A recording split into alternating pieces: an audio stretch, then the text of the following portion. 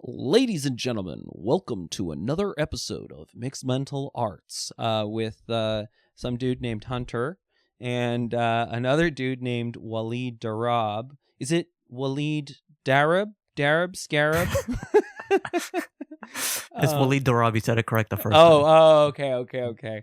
I understand that's part of what you have to do on a podcast is you have to pretend to not know the other person's name so that you seem like way cooler than them. Like I don't even know your name, dude. Yeah, of course. So Walid actually do know Walid's name, and part of the reason why I know Walid's name is because I've been on Greed for Ilm, which is Walid's podcast. Katie O'Brien has been on Greed for Ilm, and even Emperor Callen has been on Greed for Ilm. So, I mean, you're Walid. I can't even get Bryan on our podcast, and it used to have his name on it. So the fact that you got him on your podcast is a truly staggering accomplishment. It is. One thing I do want to say is that Bryan is the one guest that has no regard for audio quality. He will say, and in fact, he did. I mean, if you listen to that episode, he'll say, "Yeah, sure, call me now." So I'll call him, and he's windows are down. He's on a phone driving, and he's like, anyway, man, I'll still record it. You're still awesome. So yeah, you're still lucky to capture Bryan's words of wisdom. Exactly. But in general, I mean, it's an amazing thing that we have any listeners because the terrible, horrible things that we've done to their ears over the years.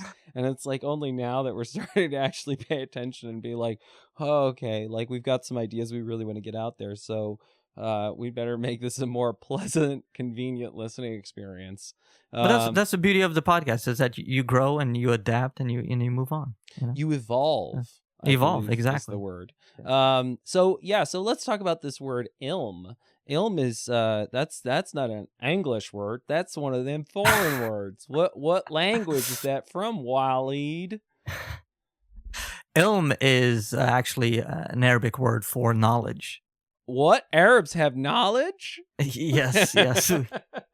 Everybody has some level of knowledge, man. Yeah, of course. But I stuck with that term because there's a hadith or narration of the Prophet Muhammad that he says that, to be envious over two things is great. I'm paraphrasing, but to be envious over two things is great. Someone who has money and gives it, for good, like to the poor, the needy, etc. And someone who has knowledge and teaches people, not someone who has Bentley and, materialistic type of stuff, or someone who has knowledge but just hoards it, So I kind of was thinking about it. And I was like, what? Greed for Ilm kind of has a smooth flow. So I just stuck with it. Well, and let's talk about, I think that's a really important idea, the idea of people who hoard knowledge. Some people try and keep knowledge for themselves, and this is something that I was talking about recently with somebody, that I met sort of. What's cool is, you do a podcast, people email you, especially when, like me, you put your email online everywhere, and they're like, yeah, just send it to huntermats@gmail.com. And so we were having a conversation, and she was talking to me about this book, Stealing Fire. And it's a book all about, the psychological state of flow, which is where you get so wrapped up in a task that you get lost in it. And, being in the zone is what they sometimes call it in sports, which I rarely play. But they're like, we're stealing fire. This is an experience that only a small number of people are having, and we want everybody to have it. But then the way the book is written is like, well, you have to make a calendar and a chart, and, we're going to teach you the steps. And her point was she reaches the end of the book, and actually what it ends up being is that you're actually trying to make it so that you are the intermediaries. Like you're inserting yourselves as an unnecessary middle step for people to have this experience of flow that all of our brains are hardwired to be able to have. So, and when she told me this, Jenny Aguilar, who's John Aguilar's wife, we had John recently on the podcast. But so, when Jenny told me this, I was like, this drove me nuts because I was like, this is what annoys me about science is, there are so much of like humans have always known these things, and you've clarified them, but you've inserted yourself unnecessarily as this intermediary between knowledge and ideas, and it's the gurufication of sort of wisdom. Mm-hmm, mm-hmm. And then the bad thing or the negative thing that I view is if that person puts himself as a intermediary, that type of gatekeeper, and then they charge you, Oh yeah, well, and Or that's the whole point, is to charge you. Yeah.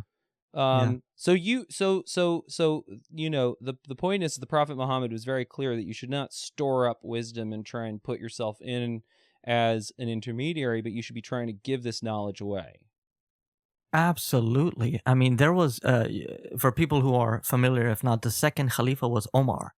And under him, this was roughly about 2-3 years after the Prophet passed away, a guy named Omar. And he's very staunch, very, very hard-headed, followed by the rules, etc., which now you would consider as a quote-unquote fundamentalist, But he was, it's funny when you say fundamentalist, they were actually some of the most pious and humble people. They were just following it to the T. Now fundamentalist is just a crazy psycho. But what he did was they asked him, they said, hey, you spent many, many years with the Prophet, just like with Jesus' disciples, following him and hearing the Quran verses as it was coming down. How come it took you 10 years to actually memorize the whole book? Back then they had to memorize it, right? And his reply was that it took me 10 years because I had to understand and become the book. You get what I'm saying? Not just memorize it, right? So understanding, learning, knowing, and that's why it took me that long. So, well, I think that's the interesting thing is it's that difference between there being a text and a living text, a text that lives within you. Yeah. And I've talked before about this on the podcast with Spiros, but there's this amazing commencement speech that Atul Gawande gave at Caltech. And he talks about the process of becoming a scientist. And, you go away and, you go away to college and suddenly you're like, I know where fish came from. And, oh, I'm learning about, how the bloodstream and all these things. And then you've sort of picked up some facts, some knowledge, and then you go back home to your hometown and you're like, people think these things and they're all wrong. And then you go and you just sort of lecture them about the things that you've learned, in your 4 weeks of education. And you're like, you guys. And it's, he says that, and then over time, you come to realize that, you work your way from the superficial understanding of science into the core, and you come to realize that science isn't actually about dogma. It's not about accumulating all of these facts. It's about a way of thinking about the world and the way of approaching ideas. And, Atul Gawande says, the scientific mind is an experimental one, not a litigious one. So it's about sort of being, it is that state of humility. It is that state of playfulness. It is that state of exploration. It's not about being a lawyer and trying to find the faults with everybody else's thinking. And so, and I think we've talked about this before, but, we have a family friend in the Middle East. He's originally from Libya. And he says, it takes 5 seconds to become a Muslim and 5 seconds to become a fundamentalist and a lifetime to become a Muslim. Absolutely. So I think, first let's just sort of get into, because I forget that people don't have the benefit of already knowing Walid. Is it Darab? But you're so maybe that should be my Should be my well, I think that's going to be my name is now going to be Hunter. Is it Maats? Maats? Maats? Yeah. Well, and to be fair, people do struggle with my last name. I struggle with my last name. It's it's not very American friendly. So I usually just tell people it's like the applesauce. But so let's take a little bit of your cultural confession. So what's your family background? What's your cultural background? Where'd you grow up? What's your deal? Well, my my cultural background is Afghanistan or Afghan. I was born here in the U.S. and grew up pretty much my entire life here.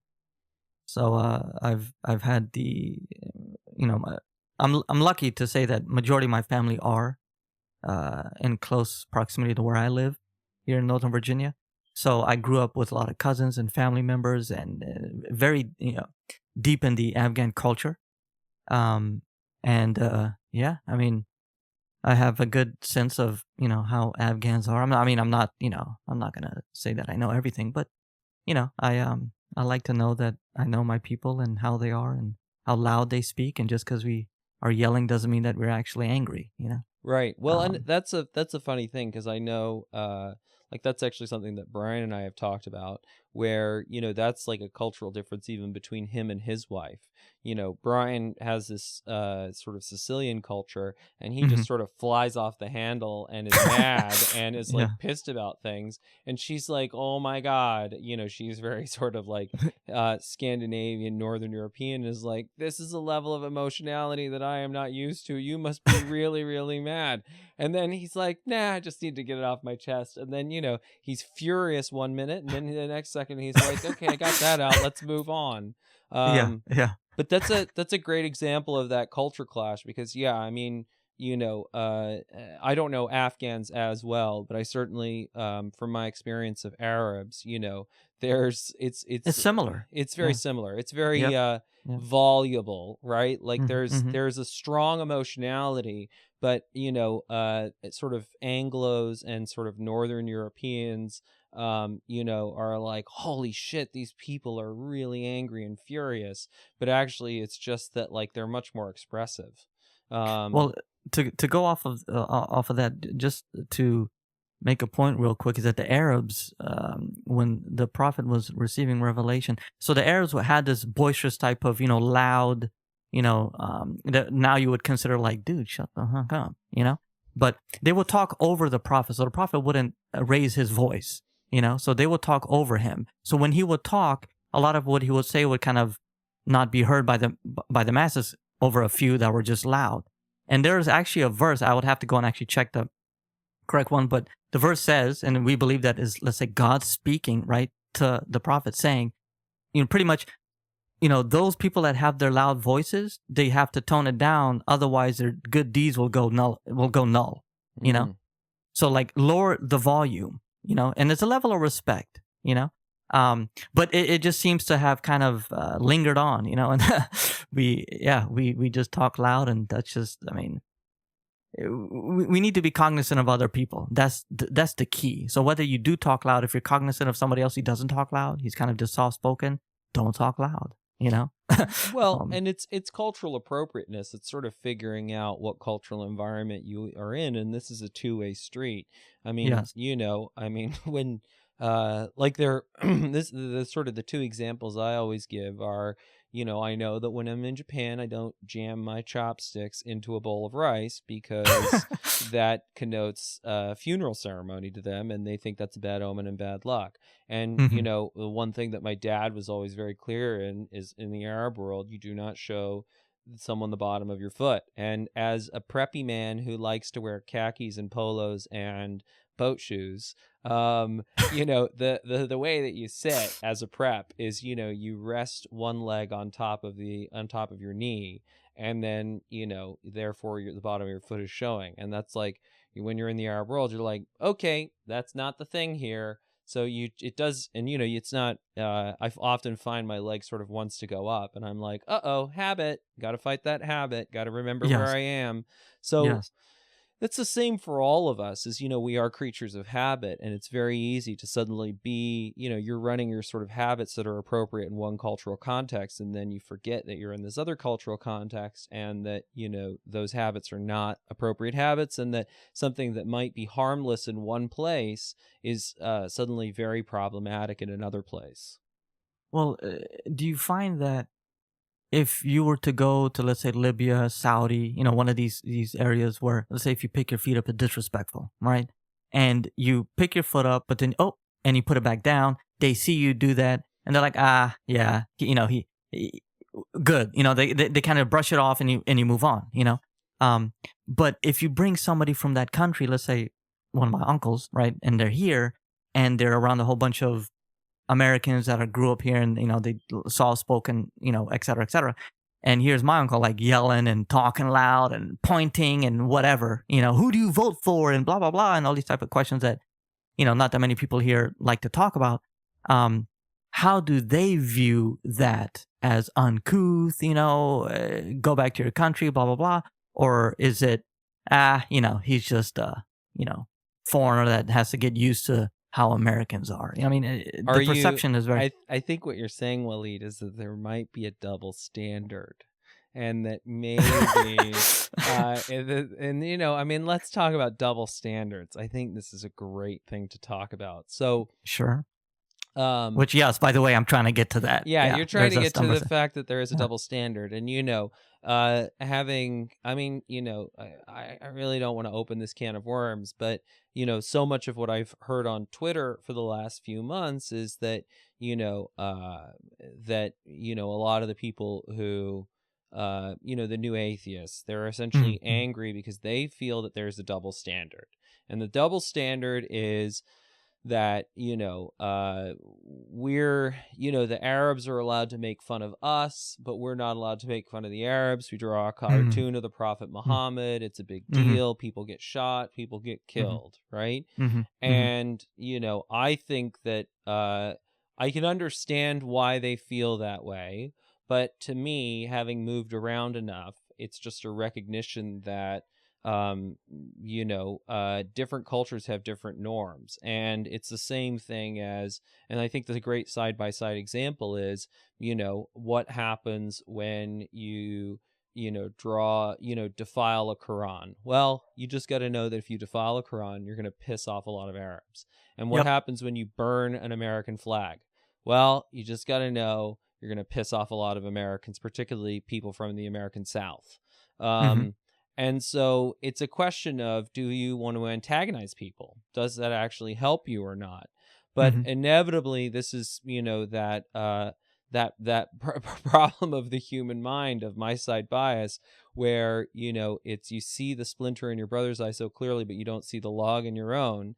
It's just that we weight those two events differently. So it's like, well, yeah, I defiled the Quran, but it's just a book. But when they defile the American flag, oh my God, that is terrible and unacceptable. And then on the other side, it's like, whatever, it's just a stupid flag, but that's our sacred holy book. And, everybody's going to have to decide what we do with that knowledge. But personally, I'm not going to be burning any American flags, and I'm not going to be defiling any Qurans. And I don't think that, you should be congratulating yourself for doing that. And I think that part of it is that, the problem for so much of the Arab world is, I think there are a couple of problems. One, there's this very emotionally visible group of people who are trying to be as emotionally provocative as possible, namely terrorists. And then what happens is that people's stereotype of Arabs is framed around that. And so then, your uncle is being sort of voluble and all of that stuff, and it's all being filtered through those particular prejudices. And then, it's also like Americans don't travel as a rule. Most of them don't have any exposure to other cultures. And it also doesn't help that there is this American exceptionalism where you think your culture's the best. And so anything that is not your culture, you're like, that sucks. And that's not okay. And it moves from that's not how we do things to that's not how anybody should do things. And so, these are real problems that, as who would say, we need to speak honestly about. So, I think there's 100% a double standard. And I think that, a large part of what we're trying to do with mixed mental arts is just move to this idea that, there are these different ways of doing things. And, guaranteed whatever culture you were born into, that your way is not the best. No one's way is the best. Being a super emotionally suppressed weird who doesn't have strong community, that's not going to make you happy. So, is the Afghan way the best? No, but look at that culture. Like, they have a really strong community. They really look out for each other. And there's an emotional expressivity that I think a lot of Puritans like KDO would probably benefit from. And that's the point. I think mostly it should be that spirit of, wait a minute, how do you do things? How do we do things? What should we do? It's funny because one of the most basic teachings or sayings of even Jesus, Muhammad, anybody, and even if you think about it, like common sense, right, is treat others the way you want to be treated. Yeah. Right. You do something and treat other people knowing that if they were to do it to you, how would you react? Right. So for example, the cartoons of drawing Prophet Muhammad, or so they say, like Charlie Hebdo, for example, if you go to Google right now and you type in Prophet Muhammad and you look under images, you'll see all types of crap, all types. I mean, worse, you don't need that type of event like a Charlie Hebdo, which was unfortunate, the result, the end thing, to get angry, just go look at that. Me personally, like I'm just talking, I haven't really said this to anybody, whatever, but my view is they can draw whatever they want, but you can't really control you have to be ready for the consequences of what you do, right? So if you want to draw something that will incite, that's the whole point of your business, is incite. It's not just Islam, it's Christianity, it's other stuff, right? You have to be ready for that consequence, I'm not saying that what the guy did going in and killing all those people is right, but I didn't even know that was going to happen. Right? I'm thinking you're going to pull the news up and you're going to see a whole bunch of people, like you said, burning flags in Pakistan, right? And that's it. Not somebody actually going there and killing everybody, So there needs to be a fine line of like responsibility upon others, what you want done to yourself, and that freedom of speech, freedom of expression, or freedom of do whatever the heck you want to do. That kind of has to go hand in hand. Well, and also, just understanding the internet. Like, if you're putting up a cartoon of the Prophet Muhammad, it's not, it's not just that you're reaching your sort of traditional French viewership in France. You're reaching the world. You're reaching the world. Yeah. And by the way, a lot of the people who are going to be seeing this, all they've ever known is their culture. All they've ever known is the Quran. Yes. Most of them actually haven't even read the Quran. Yeah, like majority. They don't actually know any of this stuff, but they think they know it, and they understand it on the most superficial level, just as many people understand science on the most superficial level. And you're basically you're rolling the dice. There's 7.5 billion people, and who knows what reaction you're going to get. And it's like, you're it's having recently deliberately provoked some people. I didn't know what reaction I was going to get, and that was okay because I was willing to be experimental about it and see what would happen. But I also was pretty intentional about who I chose to provoke. I chose to provoke people who come from cultures that don't use violence. And in large part, they don't use violence because they don't have to use violence. It's a very different thing being in the United States, where you have functioning courts and functioning institutions. And this is part of what Mohamed Ghilan and I talked about. Is that, it's like you hear the silly narrative about, oh, it's religion. But it's like, go to the Middle East, go to Afghanistan, and you're going to find there's a lot of corruption, and that the institutions aren't fair, and that, what kind of trial you get, or whether you can get a building permit, or whether you can set up a business, a lot of it comes down to wasta, and who you know, and do you have connections, and can you afford to pay a bribe? And without functioning courts and a functioning police system, there's a lot more violence. And you don't have to go to the Middle East to see that. You can go to the American ghettos, because it's not like most African Americans in the American ghettos. Like, we had a guy, Parker Evans, on the Mixed Mental Arts Facebook group, and then he did this awesome thing on the Mixed Mental Arts subreddit where he basically said, hey, I'm your new black friend, ask me any question you want. And obviously a lot of it was about the cops and the Black Lives Matter movement, and he was just talking about the fact that there's always a really weird relationship with the cops, because you don't necessarily feel like they have your best interests at heart. You don't necessarily feel like you could trust them. And inevitably, if people don't have faith in those sorts of institutions, they end up having to resolve a lot of disputes interpersonally. And that's the reality of, I mean, it's like, it's so dumb. Like, if you're living in the Arab world, or you're living in Papua New Guinea, or you're living in Afghanistan, or you're living, in lots and in Russia, right? There's a lot of extrajudicial violence. And so obviously that's a large part of how they then engage on the world stage. Yeah, I mean, your listeners, anybody listening can just go up to any random Muslim man, let's say in his mid-30s or higher or older, and just ask him, of their nationality, where you're from, and ask them, do they believe that their government and their country, any Muslim country, is corrupt or not, and get ready to sit down and talk for like 5 days, on how corrupt it is, how, it's all over the world, man. I mean, the majority of taxi drivers, okay, that are Muslim, all they talk about is like government sucks, politics, they're ripping people off, they're cheating. This, like you said, is who you know. Me personally, I remember being pulled over by a Pakistani cop. I used to live in Pakistan for a few years back in the day, and my dad's there, our whole family, and the cop pulls us over, and my dad just gave him, I don't know how much it was, right, rupees, right, and the guy says, fine, go, and just like it was like running a red light or something equivalent, which there's no really system there in terms of running a red light, but I remember we did something where we had to get a ticket or whatever, and then the guy gave him a couple of dollars and we just left, and try to do that here though. Oh, yeah. Well, and I think that's the thing, is so much of this just comes down to obliviousness.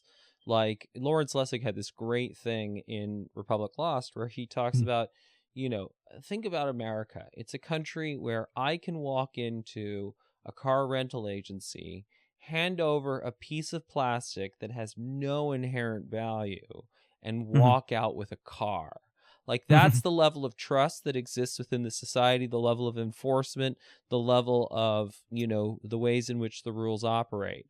And, it's not that, that's the sort of thing where, you've blindly uploaded this stuff and you're oblivious to it. And, it's not that I like really wrestle with the decision, when I go to Avis or Enterprise of like, should I steal this car? Should I? Is that a good option? It doesn't even occur to me. And that getting that place where that doesn't even occur to you has taken, a long ass time. It's taken hundreds of years, and that trust has had to be built. And it's had to be built by things like the Pendleton Civil Service Act, which dealt with corruption in this country.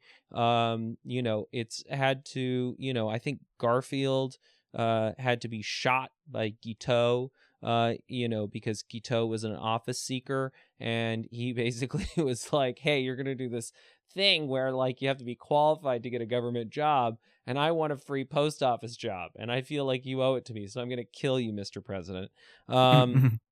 So, there's this long ass process of having to deal with that. And the reality is that if the government doesn't work and the system isn't fair, then, you end up finding ways to get ahead and succeed any way you can. And you end up using violence to achieve those goals. So, I mean, and that's what's so insane about so much of this conversation is that it's just the level of lack of understanding of how these societies work, which I understand because, if you're a guy who, grew up in, say, Brentwood, you like, what reality do you have on this? Like, you don't fucking know. I mean, and I think it was, or everything, everything. Yeah, everything. But like I was talking to Isaiah Gooley, who's I was talking about him before the podcast, but he he's a Chinese language specialist in the intelligence services, and he keeps dropping all these Chengyu or Chengyu on me, these sort of like sayings, these old Chinese proverbs. And one of them was, which I don't even remember, but the idea is basically that like, you can have some sort of abstract understanding for years, and then that experience is not nearly as good as just going there once. Of course. Yeah. Yep. And I mean, that's so much of it is, if you actually spend time in any of these countries, and you don't have to spend a lot of time, you come to find out how they work. I mean, just an example that I'll give to the people out there who are hopefully benefiting from some slightly higher audio quality, if I've done my job here. But is, in Libya, they basically, there were two types of people. And this is what they said. There are two types of people. There are those who have killed for Gaddafi and those who haven't. And if you'd killed for Gaddafi and sort of helped him get power and maintain power, you could do no wrong and you could have whatever you want. And then there was the rest of them who basically had, no opportunity, weren't allowed to do anything. And that's the way that a lot of these societies work. And so, if that's the system and that's how that place works, what are you going to do? How are you going to get ahead? How are you going to succeed? You really think you're going to change the whole system? I mean, try changing your own country. It's not easy stuff. Like, try building some consensus. It's not easy stuff. And when, the opposition is willing to kill you, well, what are you going to do? And therefore, it makes it a little harder, when they're willing to just kill you. Yeah. And what habits of mind do you develop about how you then engage with the world? And I think that's so much of it is that, humans are creatures of habit. We sort of pick up these, ways of dealing with things that it's just sort of like, that's how we interact with the world. And then, I mean, I love this story. You were telling me about how you should never take fresh off the boat Afghans to Vegas. Yeah. Yeah. So tell me about that. What happens when you take fresh off the boat Afghans to Vegas? I mean, okay, so if a monk or someone who's religious, grew up in the mountains and has never seen, for example, someone of the opposite gender, let's, assume that, and they come here and they go to some place like Vegas, they will leave with like AIDS, like it's I mean, there are so many stories and of course it's all anecdotal. I don't know if it's right or true, but of very religious boys coming from Afghanistan, and they just spend they just go to a club in DC and it's over. It's over. It's gone. Now what's gone is whatever that was there. Maybe it wasn't there because if again it goes back to understanding what you're reading, right? So there's nowhere in the Quran that says go get your groove on, right? So if you understood that, right, that you're not supposed to hang around that type of environment, then you'll protect yourself, right? Mm-hmm. But if you just read it for the sake of memorization, which by the way, there's a hadith or was it Cheng Lu? What was it? Oh, Cheng Yu. Yeah, that. It's pretty exciting the degree to which by the end of this podcast, like on episode 12,000 or whatever, I will have literally butchered every language. I'm really excited to start to get into butchering some of the Papua New Guinean languages. Like when I can butcher foray, that's when I'll have really made it. But so it's okay. We can butcher Chinese together, and then Isaiah will structure some sort of intensive practice session where we'll really learn how to say one word in Chinese. So Cheng Yu. So which is a saying, right? Yeah, it's just like so it's like similar to hadith. It's exactly the same as a hadith, and this is part of what we were talking about. Isaiah and I is just like in science we call them heuristics or rules of thumb, and they're just these little. And then Katie and I in the Straight A Conspiracy call them resets. They're just these little phrases. They're sort of like essentially mini stories that you use to quickly reframe the situation and reset your emotional perspective. So for example, one of the ones that Isaiah gave us is the emperor, heaven is high and the emperor is far away. So, you can be sitting there and you're feeling like, oh my God, Trump is going to ruin America and blah, blah, blah, blah, blah. And then you can just say to yourself, heaven is high and the emperor is far away. And you can remember that like Trump's off in DC, he's doing his thing. Obviously a lot of what he's doing is problematic. Oh, It's golf. Yeah, there's a lot of. I mean, that's the point. He's golfing. How much can he be messing things up when he's golfing? I mean, he might mess up his back. He might, mess up the green. But But the point is that just to quickly remind yourself, okay, he's doing his thing, but then there are a lot of things that I can do in my own life, in my community, local government, all of that sort of stuff that are going to actually make a huge, huge difference in my life. And I think. So, I mean, and that's what these little stories do for us, and cultures have always had them, but then science rediscovered that humans use that, which is cool that we rediscovered that. It's so there's this hadith or saying, or I don't want to butcher the Chinese version of that, but so the people would ask the Prophet Muhammad about the future, right? So like everybody's has this thing about the end of times, right? So people would ask him, and he didn't know. Of course, obviously, he said, I don't know, only God knows. But he would say certain things, right? So, like, for example, Nostradamus has his book of things, and even in the Bible and in the Quran. So one of the things that he said was that there'll be a time that comes that people will read the Quran, right? But it won't go past their throats or their collarbones, right? Meaning that it's just lip service. They don't really understand. It doesn't go into the heart, And if now is not that time, I fear for the future, But there's a lot of people that just read it and think they know, but they don't know, I've never seen somebody who's humble and actually is like a scholar, like an Islamic scholar, that's doing terrorist acts, or preaching hate. All that type of stuff is by people who have lack of understanding, don't understand. So when I read or hear people say that are not Muslims, like for example this imaginary guy from Brentwood or whatever, right? That say that is based in the Quran, right? Yeah. For somebody who doesn't have an understanding of what it's saying, the context, So yeah, man. I mean, it's a huge problem. Well, it's definitely a huge problem. But Bryan and I. We had a seriously intense Lawrence Lessig fanboy phase. And, Lessig has this great quote. I think I can't remember whether it was Rousseau, maybe. But anyway, he said, everywhere I see people hacking at the branches of evil, but nowhere do I see anyone striking at the root.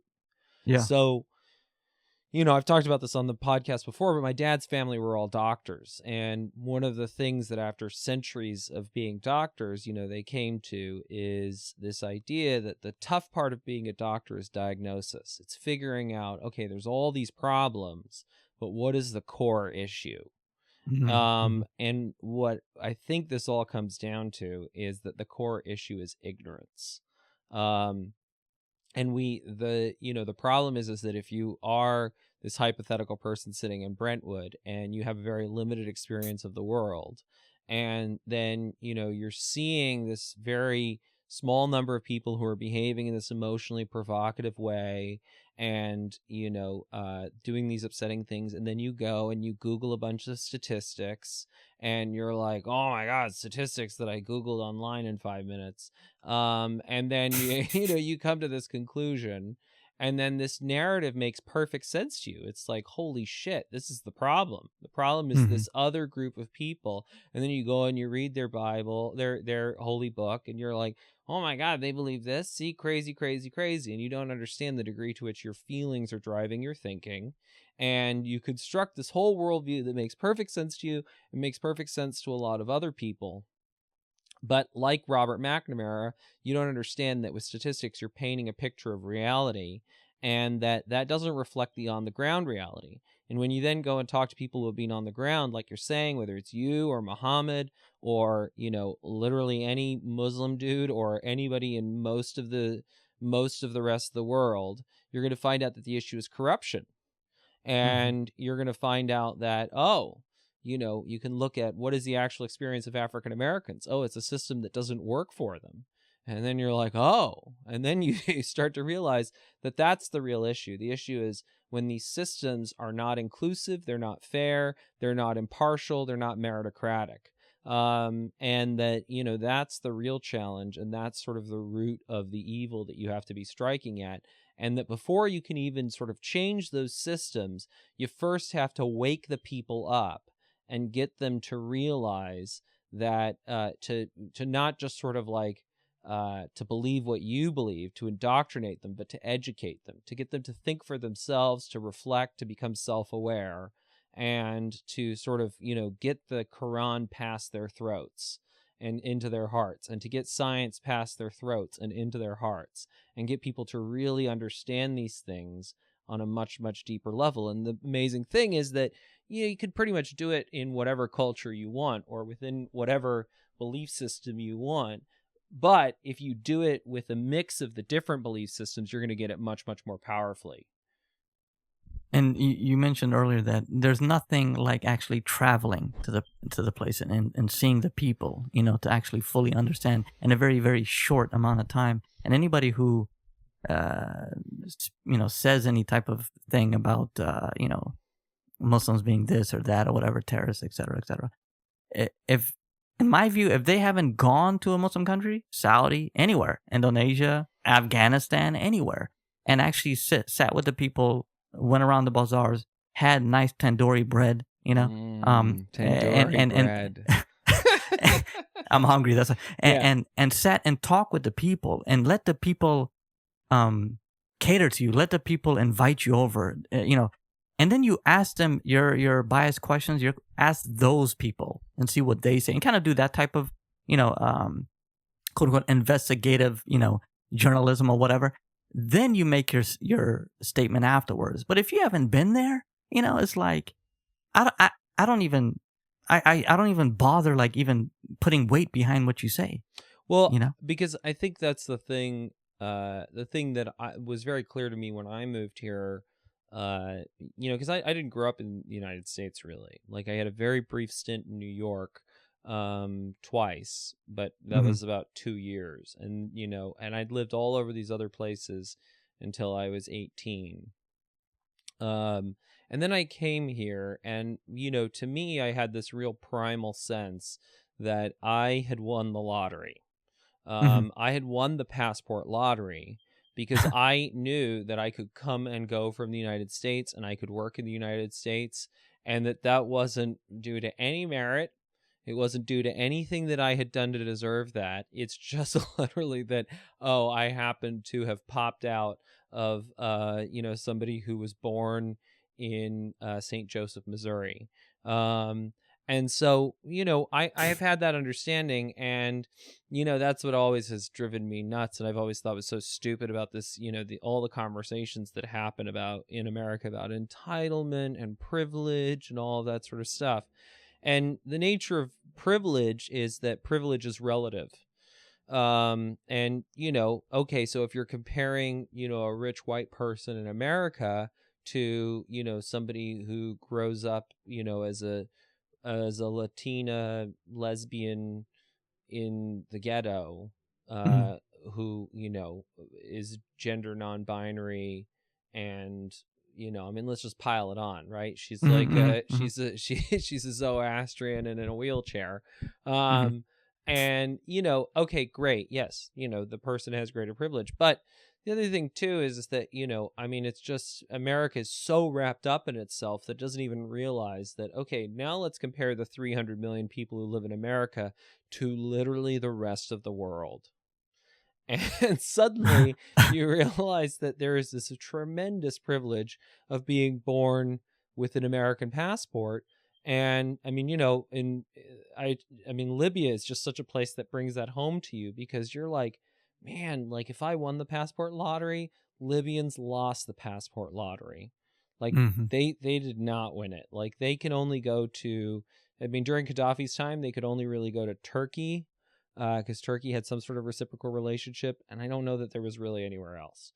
And your employment opportunities are dialed down to zero. Your educational opportunities are dialed down to zero. Imagine them being North Korean. Like North Koreans really lost. Like you didn't do anything wrong. You were just born there. And so, it's pretty ridiculous to, not recognize, as you're saying, that you grew up in a bubble, and that bubble is America, or that bubble is England, and you actually really don't have much of an idea of what the rest of the world is like, and that's okay. And maybe you can't afford to travel and go to these places, but you can go to whatever the local part of your town is, where there's sort of like a little, whether it's an Afghan town, little Tehran, whatever it is, and you can go to those restaurants, and you can have some delicious food, and you could get to know the people, and you can ask them about life, what life was like in the old country. And as you're saying, you could do it in a taxi cab. And as you start to hear people's stories, then you are going to start to get a real reality on, man, that's how that part of the world works. Oh, what would I do in that situation? And you realize that in that situation, you probably wouldn't behave so differently. Absolutely. I mean, to go off of that passport thing, that's probably one documents that's highly, stolen, sought after, is the U.S. passport. I mean, everybody's trying to, come to the country. What is it, with the roads of gold or whatever they believe that? Oh, the streets are paved with gold. The streets are paved with gold until they come here and like, what the hell is this? But I mean, potholes in my neighborhood. But yeah, man. I mean, it's this sense of just privilege that. I don't know, like, why isn't the world just one big America, Well, and the challenge is, I think that's the other thing too, is that, so Francis Fukuyama, who has these, he wrote The End of History and the Last Man, and then he has these other two books on the origins of political order. And, he defines this problem as, how do we get to Denmark? Right? Like, Denmark is the happiest country in the world. It's very peaceful. It's very prosperous. And it's fundamentally boring. Right? Like, it's one of the most boring, nice, taken care of places in the world. And the challenge is, how do you get to Denmark? How do you get the whole world to be like Denmark? And he's like, I don't know. And this is the guy who is probably the world's expert on this. Like, if aliens showed up and they were like, hey, how are you going to fix all the other parts of the world and get it to be more prosperous and be like Denmark? We'd send Francis Fukuyama out there. And then he'd be like, okay, honestly, guys, we don't know. And if you could tell us, that would be great. So, and that one of the best experiences of my life was, there was this Libyan family, we got to know pretty well. And, after Friday prayers, they would, sort of have the big Friday dinner. That is such a feature of the Muslim world. And, and you'd have dinner. It was delicious. And then, you would go, and they literally had, and this is what I always love, they literally had this whole room that is just all the walls are sofas, right? Like chairs. And it's literally just the majlis room. And, all you do is you post up in there after dinner, and you sit and you talk. And there's no TV. There's nothing like that. You're just in a room together. There's a series of tea and pastries and fruit and all of that that's brought through. And it's just awesome. You just talk for a long ass time and just tell stories and share experiences.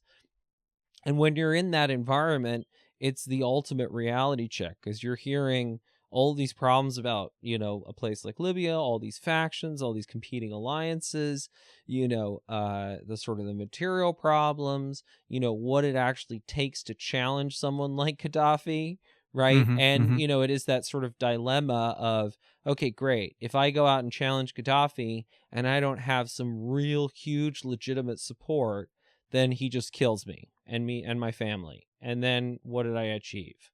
Right? So, but when you're in that environment and you actually start to hear those problems, you're like, hey, this how to get to Denmark problem is a tough problem. It's a problem that is going to take a lot of people to figure out, and a big crowd to like really be wrestling with and understanding it and looking at, okay, how did America get to this place? How did Denmark get to this place? How do we make sense? And then what are the sorts of incremental changes that we can make to improve from here? And we're like, oh, okay, we can educate people, right? And we can educate ourselves, and we can all become a little bit less ignorant. We can start to move, this understanding from our throats down to our collarbones, and then inch past the collarbone. Yeah. And and that it's going to take a lot of incremental work, but simplistic answers don't help, because they just get people sitting around in this feeling of self-righteousness and feeling like, oh, okay, we've got it all figured out. These other people need to change. And as soon as you're focused on what other people need to be doing, you're not focused on what I can be doing. And that's how the world actually gets fixed, is by everybody trying to do their part and figuring out, what can I be doing to be doing better? Yeah, and it's not something where you get to a point where then you can start telling other people what to do. No. I mean, that's one thing I learned, is that you always have to be working on yourself, and through example and through your own life, people will see that, right? And then when they spark conversation, hey, I saw you, just as an example, like, you used to shave your beard, now you got a beard, what's up with that? Oh, well, I read this hadith and it suggested I should grow my beard out. Oh, really? And talk that way, not, hey, brother, you need to start letting your beard grow out like me, Yeah. Because you shut people off very quickly. Yep. And you become that freaking a-hole that nobody wants to be around. Well, and that's unfortunately the place that science is currently in, is that, How dare you? Well, no, but I mean, legitimately, that's part of why I did this, is because, you read, like, this is what I also love, is you read Atul Gawandhi's Mistrust of Science, where there are parts of it that I love, like this, being a scientist is about having an experimental mind, not a litigious one. But then you read it and he's like, okay, why does the public mistrust science? And he's basically just like, science is complicated. We're really smart. Most people don't have time, or like don't really get it, or whatever, and it violates their intuitions. And essentially, the feeling that I got from it is that, we're special people, and there's no real sort of practical solution. And crucially, there's not anywhere in there like, we helped create the problem. Science helped create the problem, and now we need to change our act, and these are the things we need to do differently. There's no personal responsibility. And why do I know that science helped create the problem? Just because I literally have spent time on the other side of things, and spent time around, in inverted commas, Christian fundamentalists who teach creationism. And what I find fascinating is, like, so much of what's happened, and this has happened over the course of years, is how I now interpret that statistic that you hear, that just, I'm going to be butchering the relevant statistic. But, that whatever, 40-50% of Americans still believe in, creationism, or don't believe in evolution. And when you're actually around people who believe that, you come to realize that it's not that the way liberals interpret that and scientists interpret that is that 40-50% of Americans are idiots. But that's not really what it is. It's like, no, 100% of Americans blindly uploaded whatever from their culture, and they want to fit in. And if you want to fit in as a liberal, you're not going to do it by being like, oh yeah, creationism, Earth 6 days, like Obvi, 6,000 years old, right? Like, that's a hard thing to do, because you'll be going against your tribe. On the other hand, if you're, going to a Christian school, the hard thing to do is to believe in evolution. And so most people just sort of go along. It's like much easier to be like, okay, I guess that's a thing. Do I really care about this? No. Is it worth like pissing everybody else off? Or is it just easier to be like, yeah, okay, I believe in that, whatever. Let's go do other things. So it's not, I mean, I think that's the point, is it's not that 40-50% of any group are idiots. It's that 100% of humans want to fit in. And it takes, you have to know things clearly enough to be like, oh God, I just can't really go along with this crowd anymore. I need to call some people out. And then guess what? You call people out, and then they're like, what are you even talking about? You make no sense. Yeah. Yeah. It's funny that you mentioned that. I forgot whether it was on Facebook or what, but I saw an article saying that youth nowadays, they're giving up religion faster and they're becoming the quote unquote like new atheist. Yeah. And then when you kind of read through the article, is that they grew up and their parents, of course. So the youth growing up now are parents that a little older than me or maybe my age, like 40, whatever. I'm not 40 by the way, but and Is so that, they that, just to be clear, is that I'm not 40 or I'm not Bryan Callen 40, where you actually are 40, but you feel the need to deny your passport? Well, you're my fellow Gemini, so I'm turning 39 pretty soon. Oh shit! Right. So we're twins. Yeah. Woo, woo, yeah. So, but it seems like these kids are rejecting what they grew up, the parents saying, religion, and now they're going with this other group that are like, yeah, F all religion, they're all wrong, blah blah blah. But then it seems like soon after being with that tribe or that group or that whatever, then they'll be like, hold on. I came back full circle, now it's a different religion, that I have certain beliefs and stuff. So forget this new atheism as well. I just be in this type of, I don't know what, but whatever it is, I think they might end up rejecting both. Well, there's, so a friend of mine who, he's a comedian, but he's very into like the whole atheist thing. And, his wife is like, I get that this is his thing, but she's just like, I feel like they're like the Borg. Like they're just, resistance is futile. They're very emotionless. And it's just not a fun place. And, that's the funny thing is that, they have these conferences like Beyond Belief. And it's like, you can't go beyond belief. Like humans believe. That's what they do. The question is, do you have more or less realistic beliefs? Well, what is beyond belief? Like, what is it? Oh, they had. Do they say what it is? Well, that's the point. I think it's beyond belief, and then they just believe in beyond belief. Well, but they have these words like, okay, so if we're gonna get into this, there is this guy on Twitter who I absolutely love, who his Twitter handle is @evidence_reason, and then his profile picture is him like fanboying out with Sam Harris, like just lurking behind him. And this is a great example of the emotion of awe, because this is, we've sort of been dancing around like, how do people get into a culture, right? And so awe, you're in awe of someone, you're like, this person is so magical, this person is the coolest, and then you start blind copying them, but you start superficial.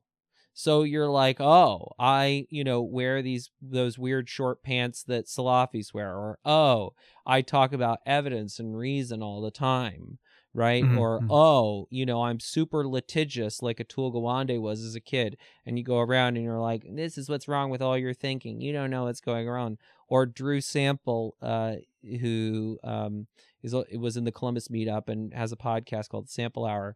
He talks he talked about how like so much of what he was pretty into the like anarchist libertarian thing at some point or whatever it was, and he was like, he went to one of these Stefan Molyneux things, and it's just all these people regurgitating some shit they saw on YouTube, and you're like, I have watched this same YouTube video. I literally know that you're just quoting this YouTube video. But that's how young dudes start off, right? They start off very superficial. They don't have any thoughts of their own. They're just repeating this stuff. And it is that place of, the Quran has not gone below the neck, right?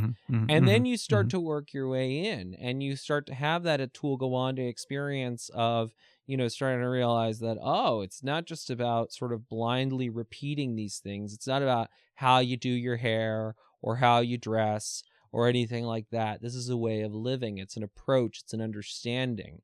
It's about searching for wisdom, not about knowing all the answers. And so Mm-hmm. that's that process of, that's how blind copying is supposed to work. And it's that journey from being sort of the initiate or the novice towards becoming, the sage who is one day a mentor to other people. And that's the circle of life. But that's that the problem is that that's how the process was supposed to work in that's how the process works in a tribal society of 150 people. But the problem is that when you get to a mass scale society, right, you've got this guy, I think his name's Andrew, at evidence_reason, and he's just in awe of Sam Harris. And so he's like, oh my god, the wizard, the wizard, the wizard. And then he sort of circles around him. He spends time, he gets to meet him for 3 seconds at some conference where Sam is signing his books. He lurks behind him and like has his photo taken with him, and then doesn't get to spend the 10,000 hours with him where he's really coming to learn how the guy thinks, and then finds out what does this guy really think? Does this guy have real substance? Is he does he really have something that I want to emulate? And if you think about the experience of, say, a Muslim fundamentalist, it's very much the same pattern, because it's the same biology at work, the relevant biology, if you will, which is that, human beings, this is how they work. And what should happen is, if you had, you have some guy, whoever it is, whether it's one of, somebody who grew up in Islam, or it's one of these guys like, who's that Australian guy, the Mike Chernila, blah blah blah, Chernelia or whatever. Anyway, I read this. There's a great book called The Way of the Strangers, which is all about the guys who joined ISIS, and it has all of the white boys who got into ISIS, and it's like they sit there and they're like, holy shit, these guys have a historical sense of mission. They have some real purpose. It's cool and it's badass. Like, I mean, imagine how provocative it would be if I was this white boy in Australia and was like, ISIS is awesome and this is what it's all about. And so, you do that thing, you get really into that. And then, but you're not really absorbing. It's never getting past the throat. Right? You're never really getting the core of what it is. You're never getting that real experience. It's always this removed thing of like staring at the wizard and just being in awe. And I had that experience with James Watson as a kid, where I was like, James Watson is the coolest. He's the most amazing. And then I met him and spent a year with him. And I saw behind the curtain, and I was like, and you hate his guts? Well, for a long time, I was pretty pissed off, because I was like, you are not what I thought at all. But a large part of it was that I had held him to such an unreasonable standard. Like, I literally thought he was magical, and he was a human being. And farting. Yeah, he farted. He farted in front of me, and that was really like, once he queefed in my face, that was when the magic was gone. Like, that's it, man. That's it. No, but I will never forget. At some point, I had breakfast with Jim Watson. It was shortly after Jim Watson had said all of that sort of stuff about how he didn't have very much hope for Africa because black people just didn't have good IQs or something like that. And this was sort of, Jim had been saying provocative shit for 50, 60 years, but that was the straw that broke the camel's back. And, so after that, I saw him. He came out. He was very nice. He took me out to breakfast, and he literally, as we were talking, had this big piece of egg on his face. And I was like, wow, that is so poetic. But, Jim by, there's somebody said, there's that old thing of you should never meet your heroes. Because inevitably your heroes are these mythic creatures in your mind, and then you actually meet them and spend time with them, and you're like, somebody else put it the way, this may even be from the Bible, oh, the mighty, but their feet are made of clay. And so, it's the experience of looking at the Pharaoh, or looking at Caesar, in his box at the Colosseum, or, watching some, the iconic image of Einstein, or the iconic image of Mozart or Edison, or any of these other genius myths, or, any of those sort of iconic images is one thing. right? And it's like, holy shit, this person is amazing. They have it all figured out. And then you actually spend time with them, and you find out where they come from, and you think about their experience growing up, and you're like, oh, I get what makes you tick. Oh, I get what this is about.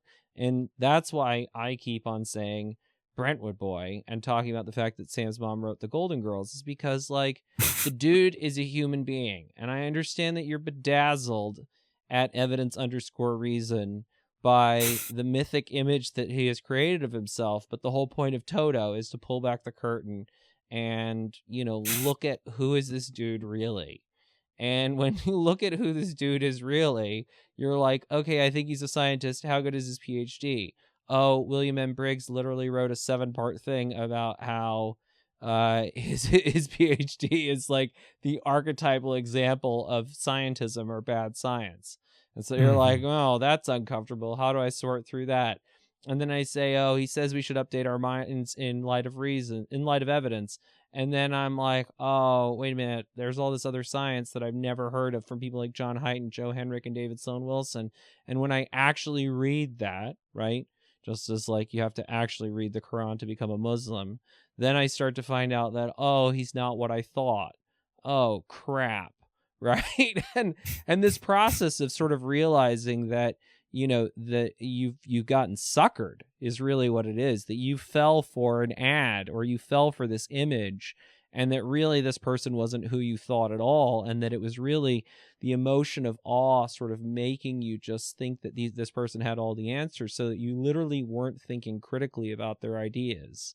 Yeah. It seems like people, and this might be just a human thing. I mean, everybody likes to feel good. Everybody does things to feel, whether it's eating, thinking, whatever.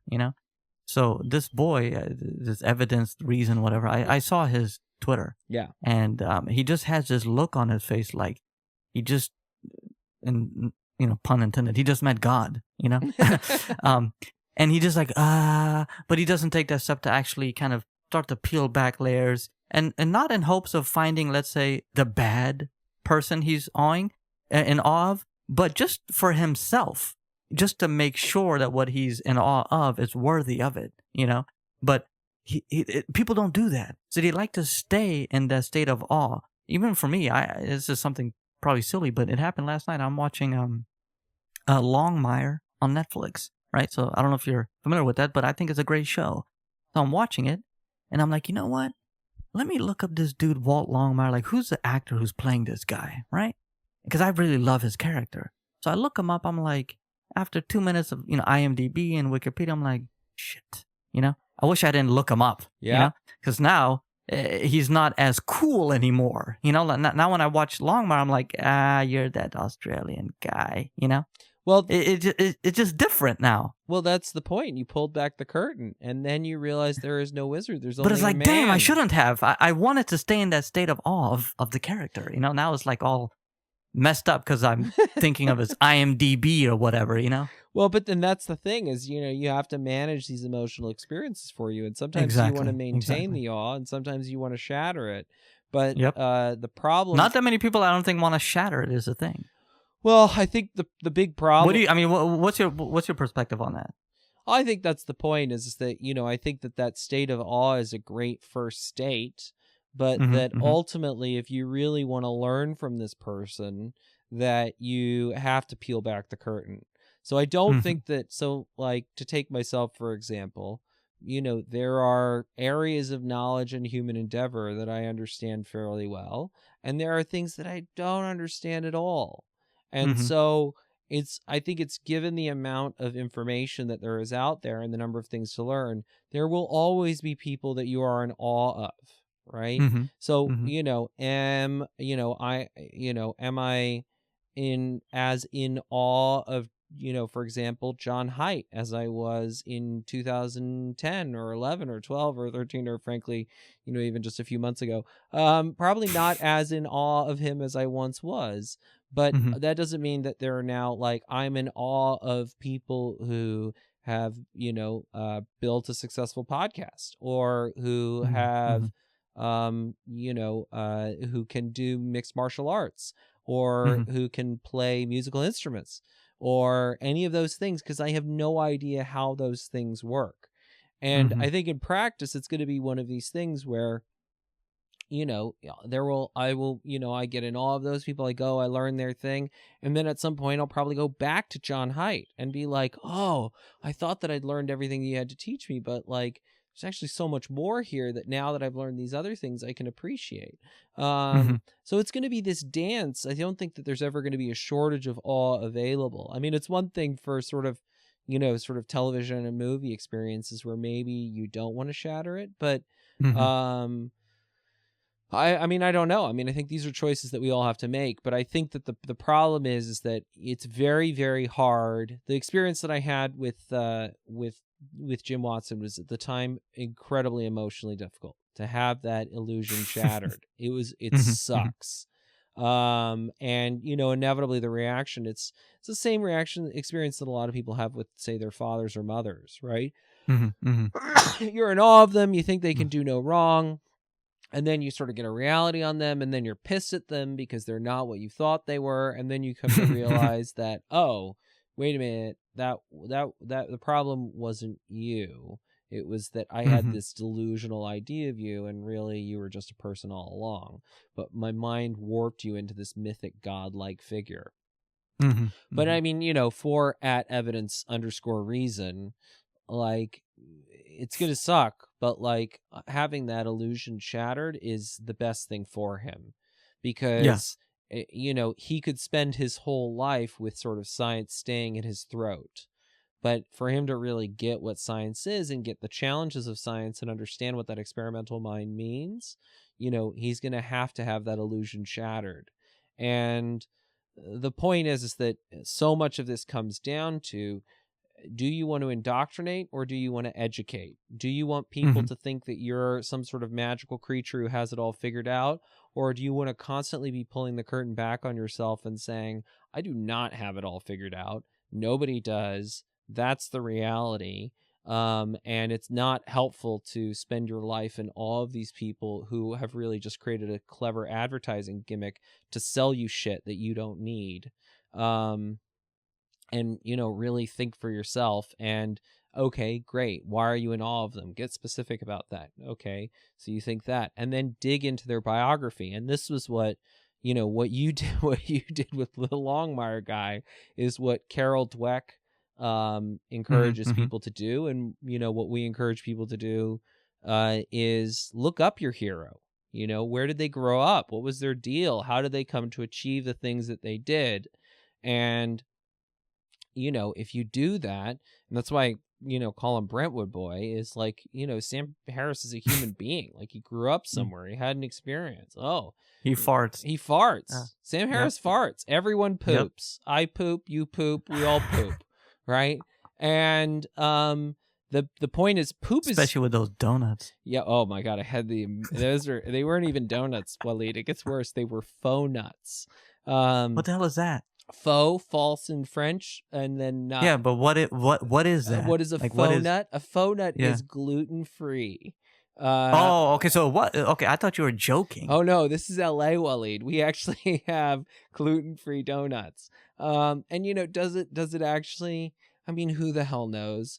But the important thing is that it creates the feeling that.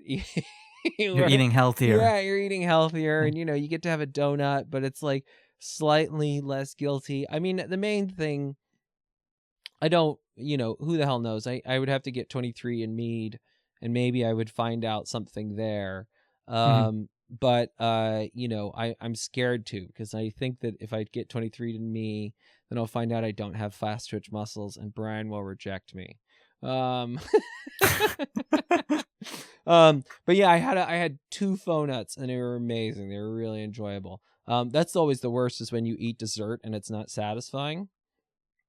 But I don't regret those faux nuts at all.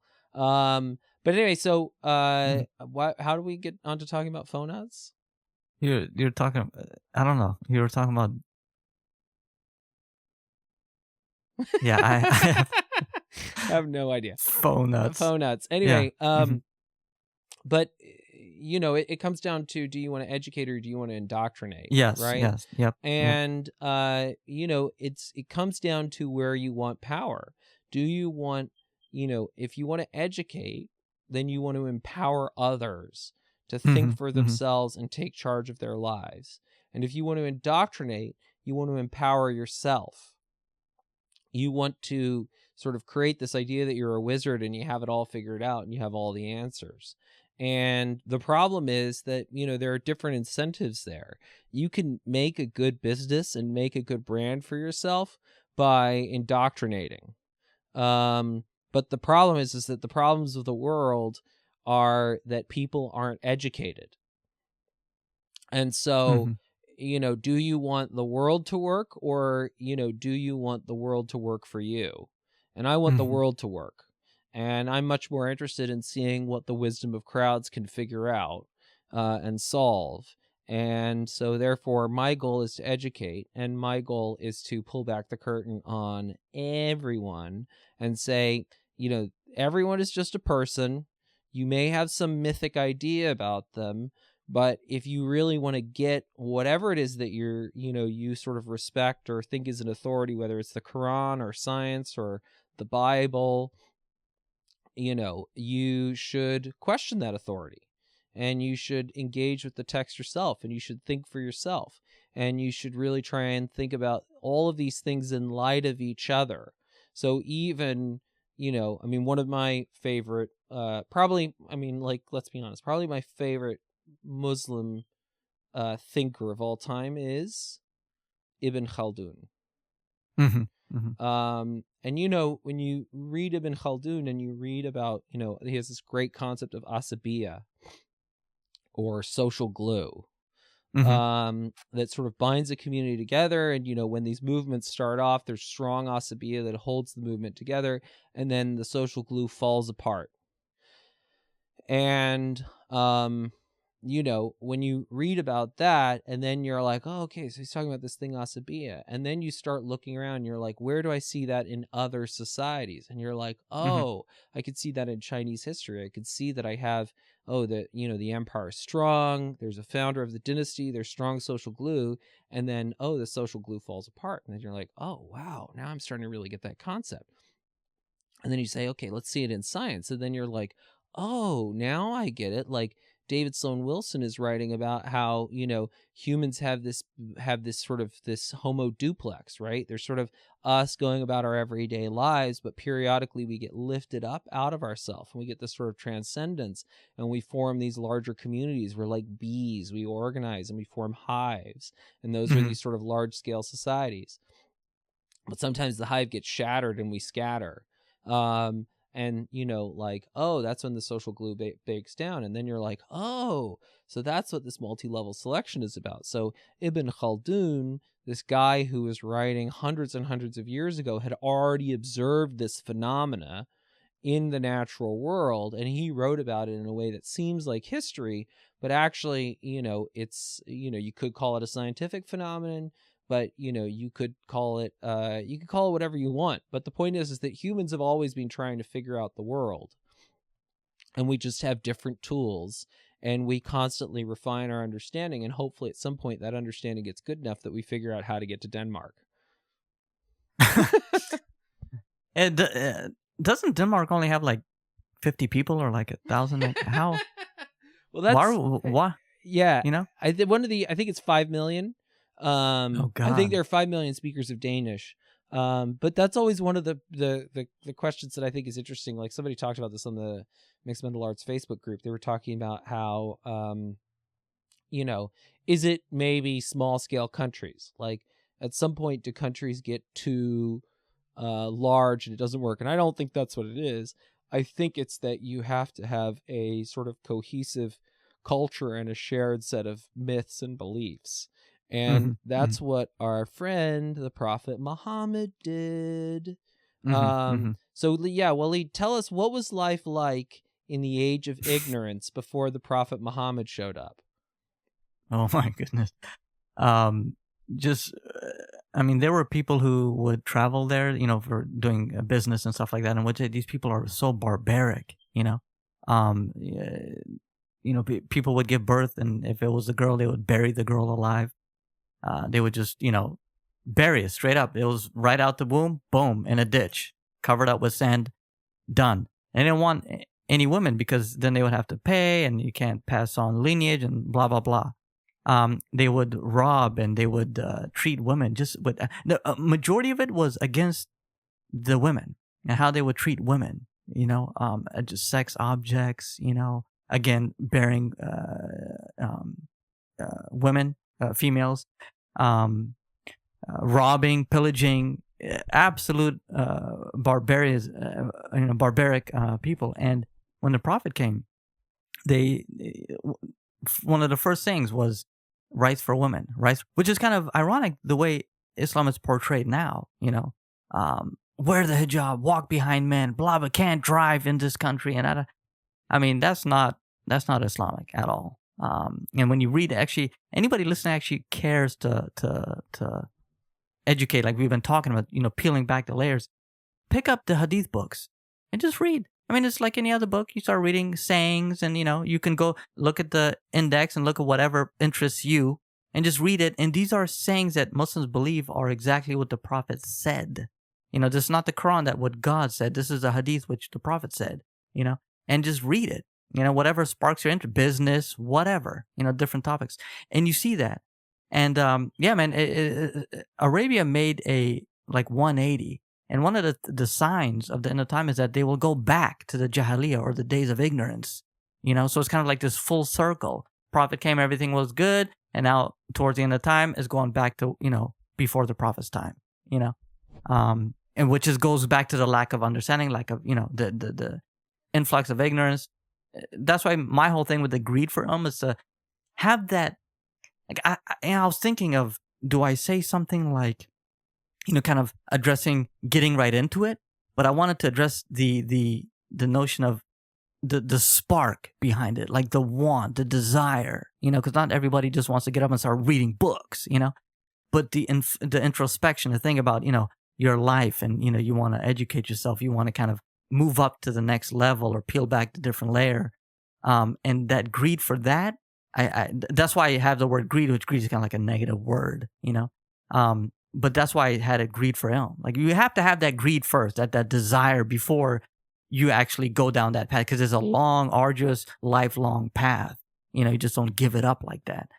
But yeah, man, I don't know if that answered the question, but probably in a roundabout way. But yeah, it was absolute chaos before the Prophet's time. Well, in fact, the time before the Prophet is known as a Jahiliyyah, right? Or the time of ignorance, absolute darkness. And there's a lot of verses in the Quran where God sent the Prophet to bring people out of darkness into light, like absolute darkness, So what you're saying is that, the Prophet Muhammad made, and Islam in general, made the Arab world less violent and better in their treatment towards women. Absolutely, yes. But that's not what Sam Harris has said. This is what's so dumb. Like, it's just so dumb. The point is that I also, in general, like, it's just so easy to, like, if you want to pick on people from 1,000 years ago, it's the easiest thing in the world. Like, it's just so easy. It's just not a fair fight, right? Yeah. And it's like, oh, they had these crazy ideas about disease, or oh, they believe this. And it's just super dumb, because of course they did. They didn't have the tools that we have. They didn't have the benefit of all of these extra years of cultural evolution. And so, that narrative just makes less and less sense. And what you realize is that you've just gotten so wrapped up in a story about how awesome your own tribe is that you don't realize that, and Joe Henrich has this great vision of human history where, Newton said, if I've seen further, it's because I've stood on the shoulders of giants. And Henrich says, wow, it's not really true, because specifically all these genius myths are myths. So there aren't really any giants, and that it should be, if I've seen further, it's because I've stood on the shoulders of hobbits. And, everybody makes their little contributions, and then it adds up over time. and over time we get to see further and further. But for you, as sort of the furthest row of hobbits, to then say, oh, those guys 10 rows down are idiots. And it's like, you asshole, the whole reason why you're seeing further is because you're standing on their shoulders. Yes. And also, by the way, guess what people are going to think in a few hundred years? They're going to think you're idiots. And you better hope that, they're wise enough that they sort of understand, oh, within the context of your time, this was what was possible. This is what was understood. And, I always, I think that's what's so funny is people get so pissed off about, oh, the Quran says you can have 4 wives. And it's like, look at what the age of ignorance was like. Look at what life was like before the Prophet Muhammad. And, you could just imagine the guy as, trying to like sell people on this thing. And he's like, oh, what can I sell them on? Like, and he's like, 4. You can have 4. Because if he tried to say 1, it just would not fly. Right. Yeah. And so he's like, okay, 4. And you have to treat them all equally. You have to provide for all of them. You have to treat them well, blah, blah, blah, blah. And like, that's what's possible in that time. In practice, if you look at what's happening in the Muslim world now, it's sort of evolved towards, most young Muslim men are not having 4 wives because they can't afford it.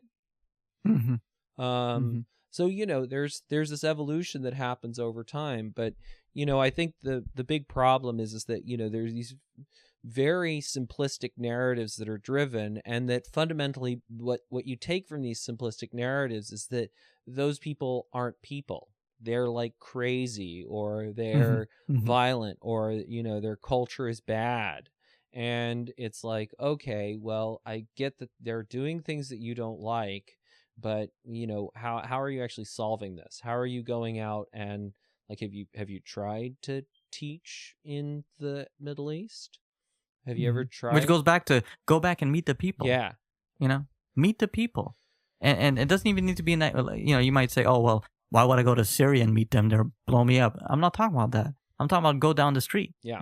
Go to your local kebab restaurant place in Brentwood or what. I don't even know if they have anything in Brentwood. No, they do. You probably have to travel outside of Brentwood to get some type of ethnic food or something, Well, so, I mean, if people are looking for good food, there's, Brentwood, not so much, but Westwood. Westwood is, they call Los Angeles Torongeles. Yep. And, there's amazing Persian, Iranian food here. And there are lots and lots of great restaurants, and you talk to any Persian or Iranian guy, you'll get a really good sense of what life on the ground in Iran is like. And I have a friend that I've connected you with, Shahab.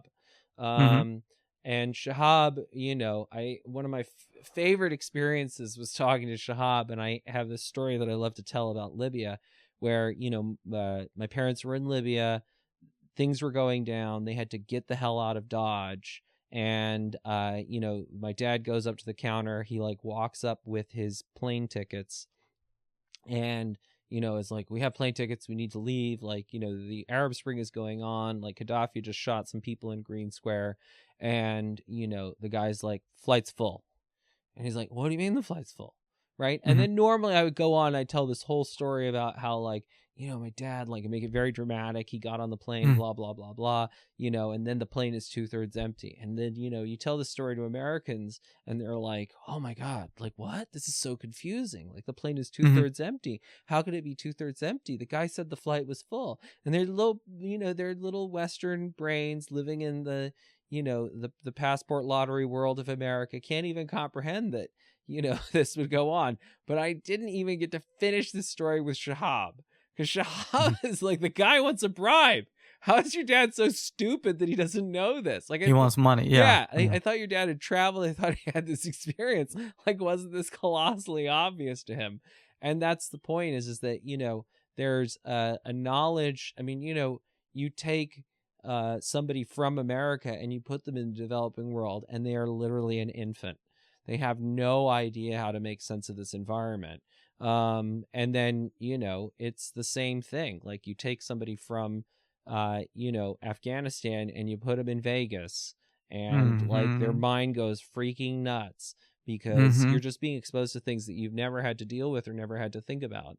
And that's the reality is, I mean, this is why, I care so much about this understanding of cultural evolution, and that, cultures are evolved to particular environments, is because then you get to be really sort of compassionate and understanding to people. And then we can actually help each other transition and adjust into these new environments where we come to realize like, oh, your culture evolved to this place, and it made sense in that place, but now you're in this place. And how do we help you transition to this new environment? And there are things we do and do not do here. And maybe some of the things we do and do not here don't actually make sense. For example, pooping on a toilet, which, I mean, that's sort of, I think, a great example of, Western culture. Obviously, we have all this material wealth. It sort of seems like we have it all figured out often to Westerners, because they see like those other people are poor. And then you realize that we fucked up pooping, which doesn't get any more basic than that. And if anybody hasn't seen the Squatty Potty, and the Squatty Potty has a great video, but you're like, oh my God, those people, in those other countries, they poop in a hole, they squat and they poop. They squat. Yeah. And you come to find out that actually there are real biological reasons why, because when you are in that position, it releases the sphincter muscle so that the poop flows freely. And which, by the way, I have a Squatty Potty. Do you? Yes. Yeah. I mean, a makeshift one. I mean, I ain't trying to buy that, but I made my own. Yeah. So it's I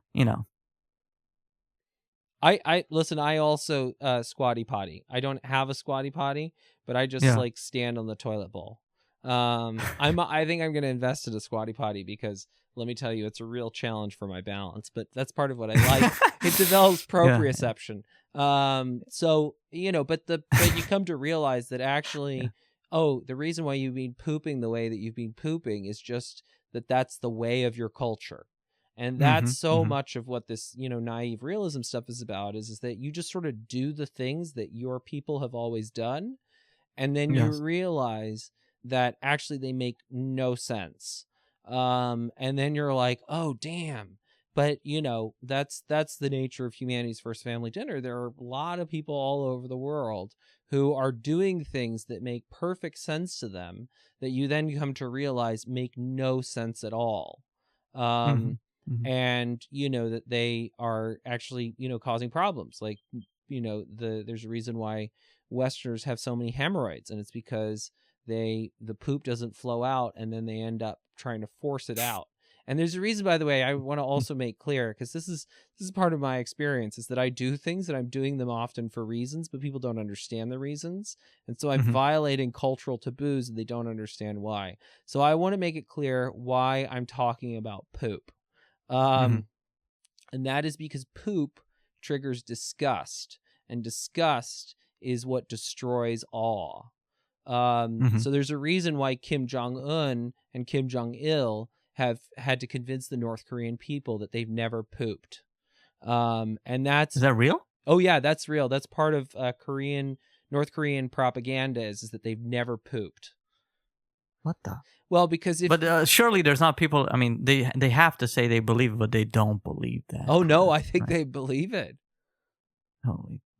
Holy crap! Exactly. And it's literally holy crap, because the point is that as soon as you know that this guy poops just like you and everyone poops, then, he's no longer mysterious and magical.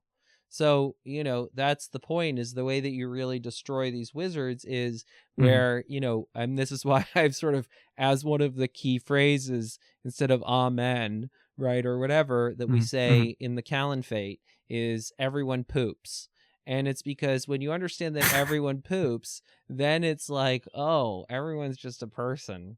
And, I'm in awe of sort of whatever image you've created, but, you poop like the rest of us.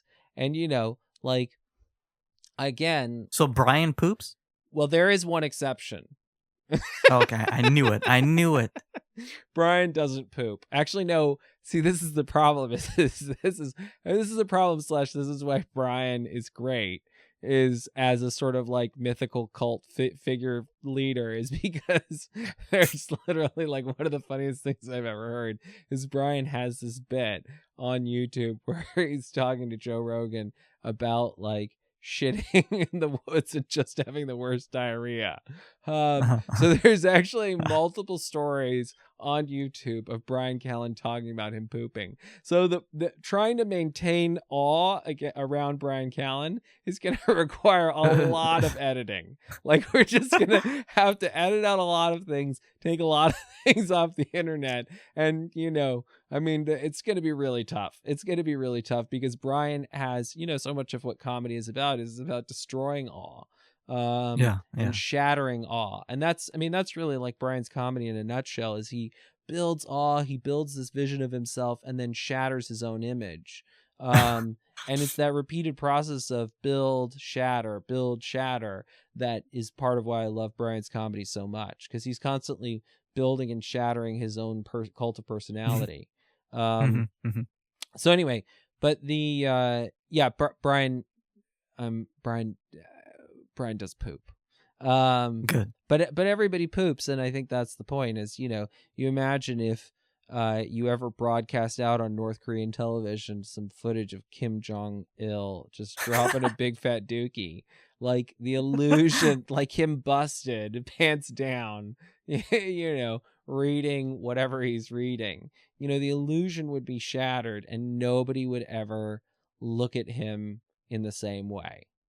And it's the same thing if you saw Brentwood boy Sam Harris with his pants down dropping a big dookie at evidence_reason would never be able to look at him in quite the same way.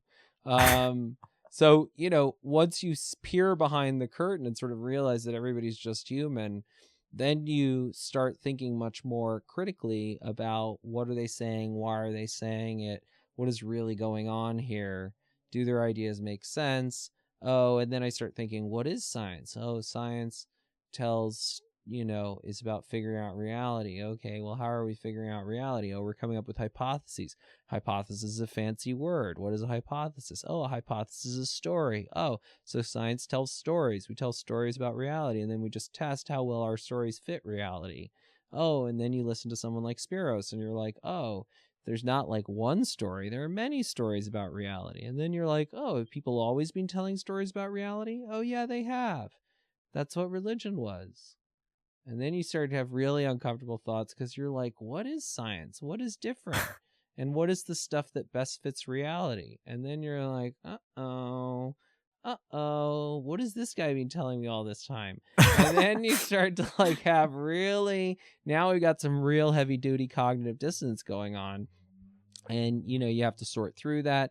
And, it's, I had this experience with realizing that Jimbo pooped. I actually walked in on him. Jimbo Watson, he had the door open a little bit. And, I was just like, oh, God. I saw that, and then I couldn't unsee it. And, and then there was this process just sort of reading my way across the science to figure out, oh, crap, what should I believe? And so, yeah, everybody should see their hero poop. I'm actually pretty honored that I'm part of this MMA podcast. Why are you honored, Walid? Because, you would be, for people listening, like I've known you for over a year, like probably 3 years now, since I first had you on my podcast. We've never met, we've talked, texted, stuff like that, but I feel like, that you're like my brother. In terms of like knowing you and of course, once we meet and I start peeling back a lot of stuff and I'll be like, crap, I'll take up faux donut eating faux nut, whatever it is, eating freak and come back. Well, the good news is that when you eat faux nuts, you poop really well. So I can send you a picture. Okay, that's fine. But so the thing that you're doing, I think, is very, very needed and is awesome. And I used to listen to the Bryan Callen Show, and I used to also wonder, why isn't it the Bryan and Hunter show? And y'all would joke about that, etc.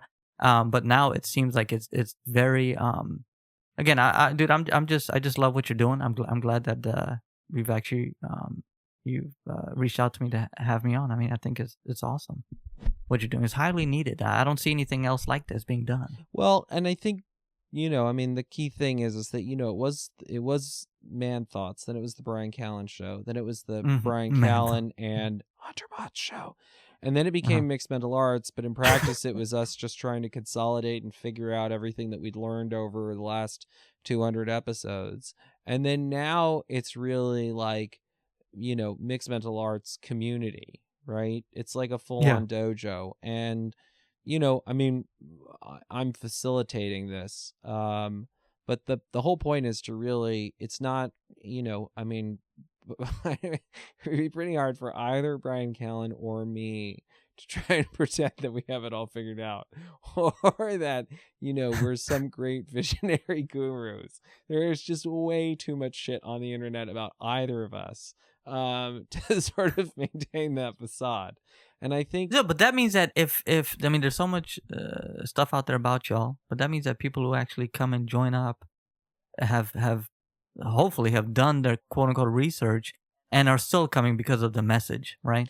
So they've peeled back all the layers, but they still agree with what you're saying. Which, I mean, that's bottom line what it is. Yeah. Everybody has a quote unquote skeletons in their closet. I mean, of course not Bryan because he's perfect, but majority of us do. But I think the key thing is that, for us to sort of to solve these problems, like it just became very clear to us that, that the point was that what we'd figured out, I told that story about the blind men and the elephant. Which again we stole from somewhere else, and they, I think what we did was we achieved enough of a child's doodle of what the elephant looks like that people are like, okay, that has some problems. It's definitely the doodlings of a child, but at least there's enough there that we can all start to work with it and start to improve on it and refine it. And so what I mean, like, what do I know about the Quran, or what do I know about the Hadith? I have, I think, read a little bit of, I've read some of the Quran and I know some of the Hadith, but I certainly don't really know them. Like, I think it's not even really at my throat. It's just sort of, it's maybe at my teeth. Yeah.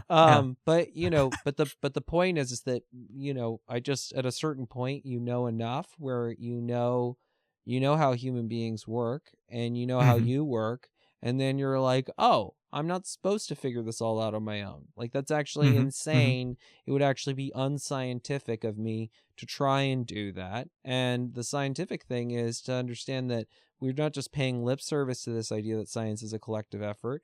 We're not just paying lip service to this idea of the wisdom of crowds, but that the point is to actually draw in a crowd.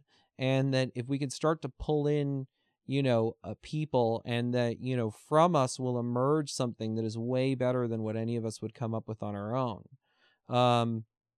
So, it's a big improv, and, you're going to have ideas, I'm going to have ideas, and then we'll feed off of each other. And the point is to all be hobbits that climb on each other's shoulders to see a little bit further. And as we see further, more people will see more clearly, like, oh, this elephant thing is starting to become clearer. I'm starting to get what this elephant thing is.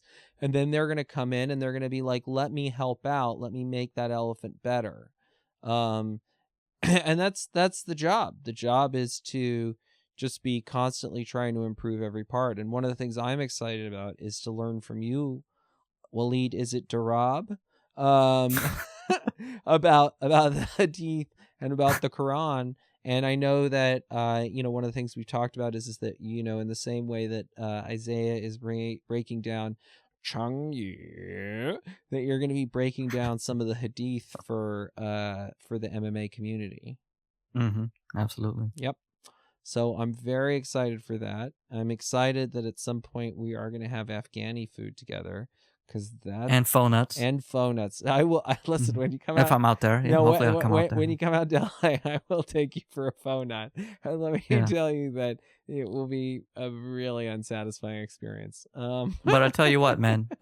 We Afghans, we don't do the fabobs. Oh no. And you A can't real straight up kebab. Yeah, well, and you can't do that. It's not like it's funny as well because like for me always like when I start to think about cuisines like Afghani food, like Mm-hmm.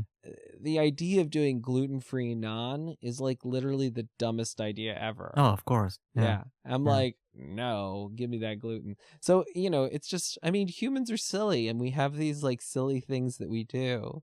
And, I mean, it just at a certain point, it's like, okay, you're all playing around and you're playing around with some sort of, you're trying to design and evolve a satisfying life.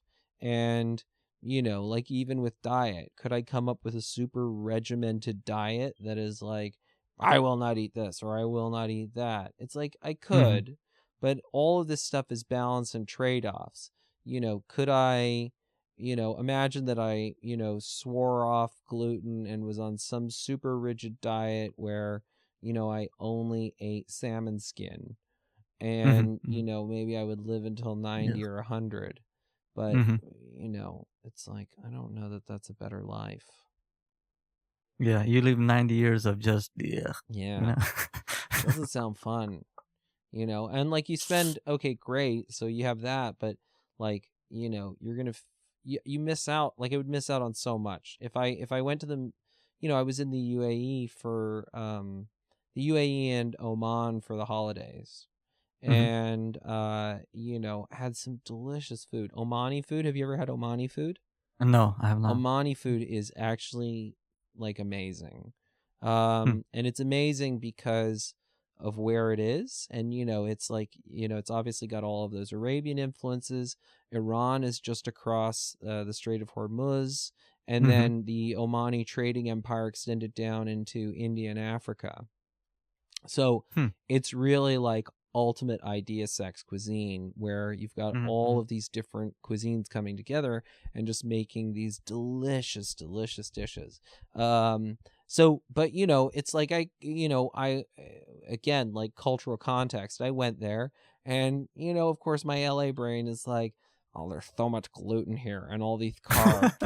And I was like, that's, like whatever. Like those rules are gone. Like let's just enjoy and make the most of this experience and like really, that's what you're there for and like appreciate that when you're there. And then when you come back to LA, you can go back to kale and faux nuts. So yeah.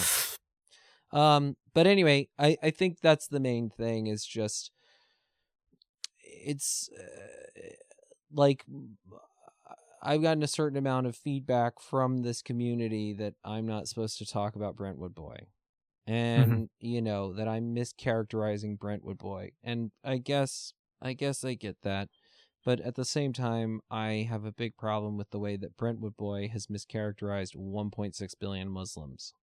And like I understand that someone sent me an email that from the bleachers it seems like I'm obsessed with him. But was Joseph Welch obsessed with Joseph McCarthy?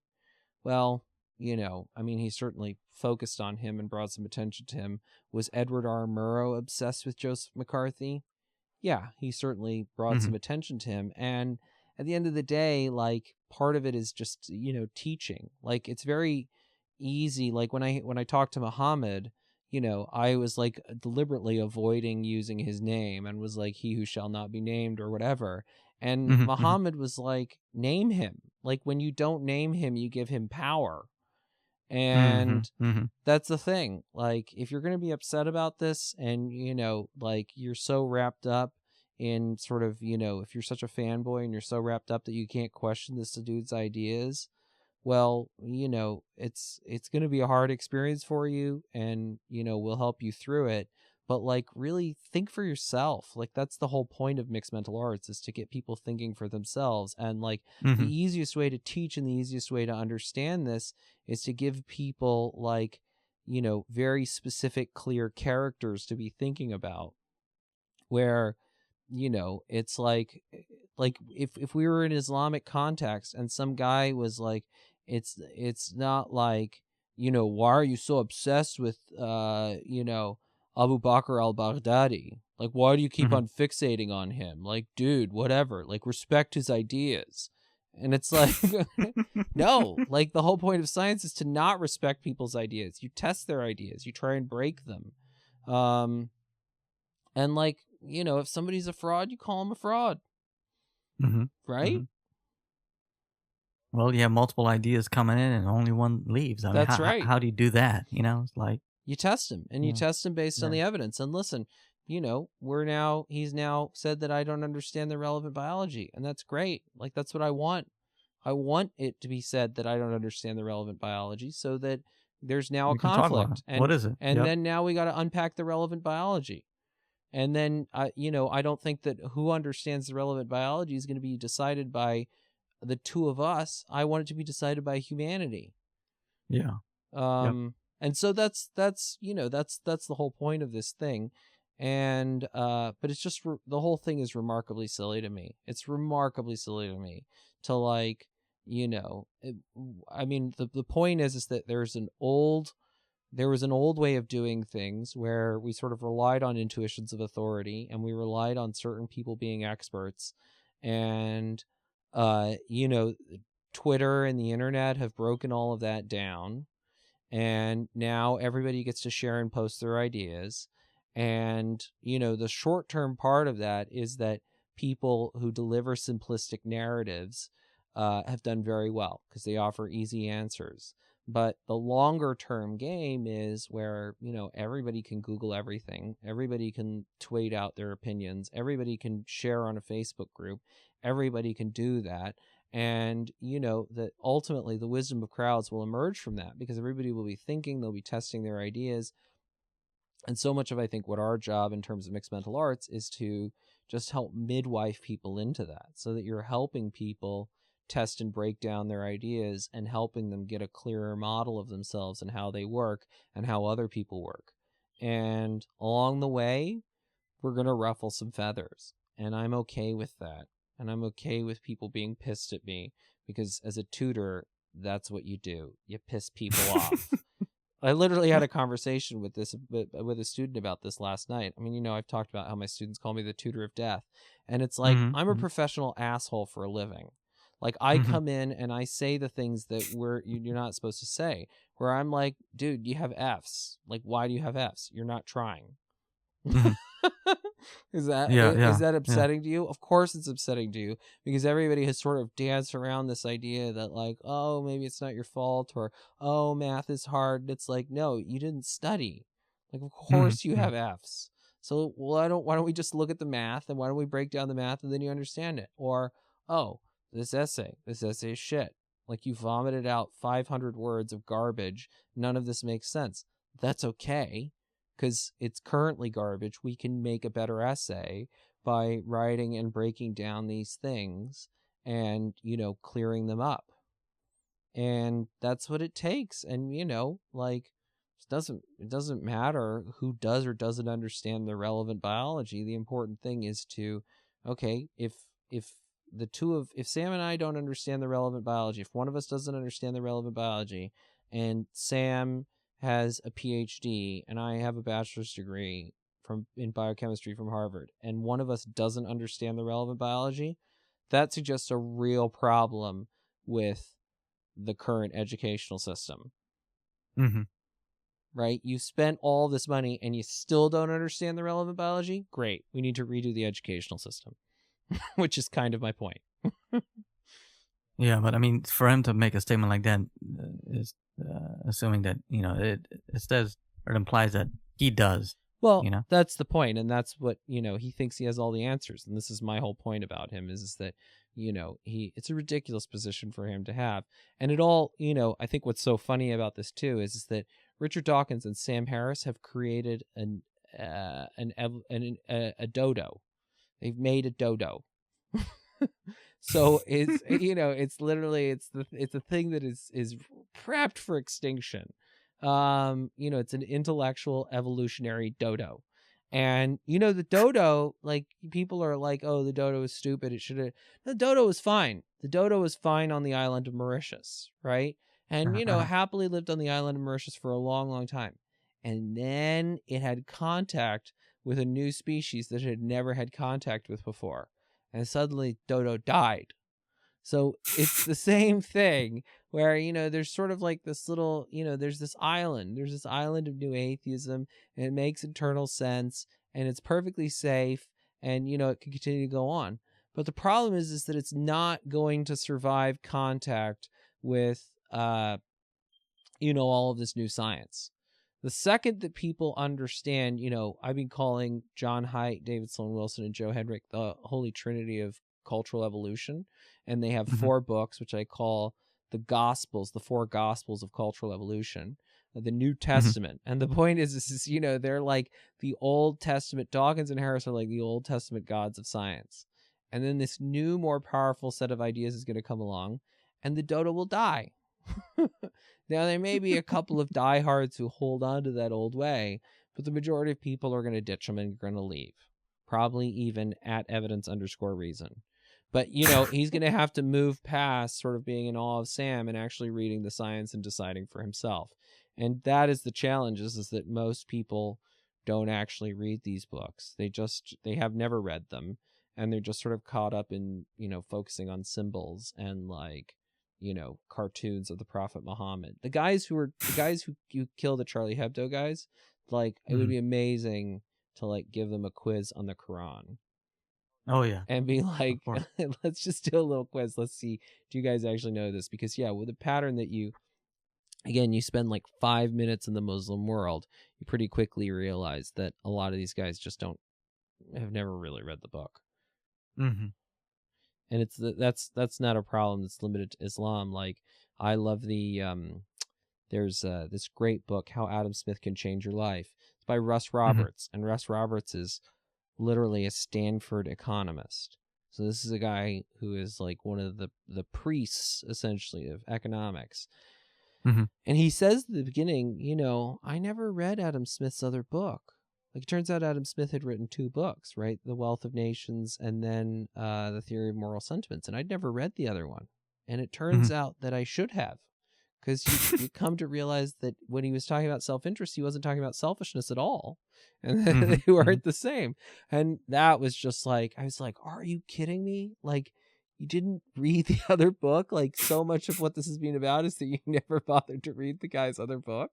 And that's what you're going to find is that the more and more you look at a lot of these experts, they just haven't done their most basic homework. Like, David Sloan Wilson really doesn't understand what Dawkins's big beef is with multi-level selection. And frankly, I don't either. I think he's just mad and pissed off and is like, no, that's not it. Like, and to think that, that these human beings might not behave that way is pretty delusional. Like, that's what human beings do. They defend their territory often reflexively without even knowing what they're mad about. Anyway, Walid, all I could say is that I have agreed for Ilm. If you guys, I would strongly suggest wherever you are in the world, go get some kebabs, go get some delicious shawarma, some hummus, some mutabal, whatever it may be, and just talk to the people and ask them, okay, why did you come here? How did things work? Tell me stories about how the world was back there, and then figure out, if you were in that situation, what would you do? You could talk to a cab driver. You could talk to literally anybody. But it's you don't to even begin that process of understanding, it's amazing to go there, but if you can't afford to go there, just like listen to people's stories, and you'll come to realize that the stuff that you've heard on the news or on certain podcasts, that, those sort of simplistic narratives those pictures that have been painted with statistics are really just shitty stories. They don't really capture the reality on the ground. And, I can't encourage people to do that enough. And check out, or if you want to sort of get an idea of, what the Muslim world is like, another great way is to listen to Walid's podcast, Agreed for Ilm. And no, but I mean, seriously, like, tell us about some of the people that you've had on your podcast.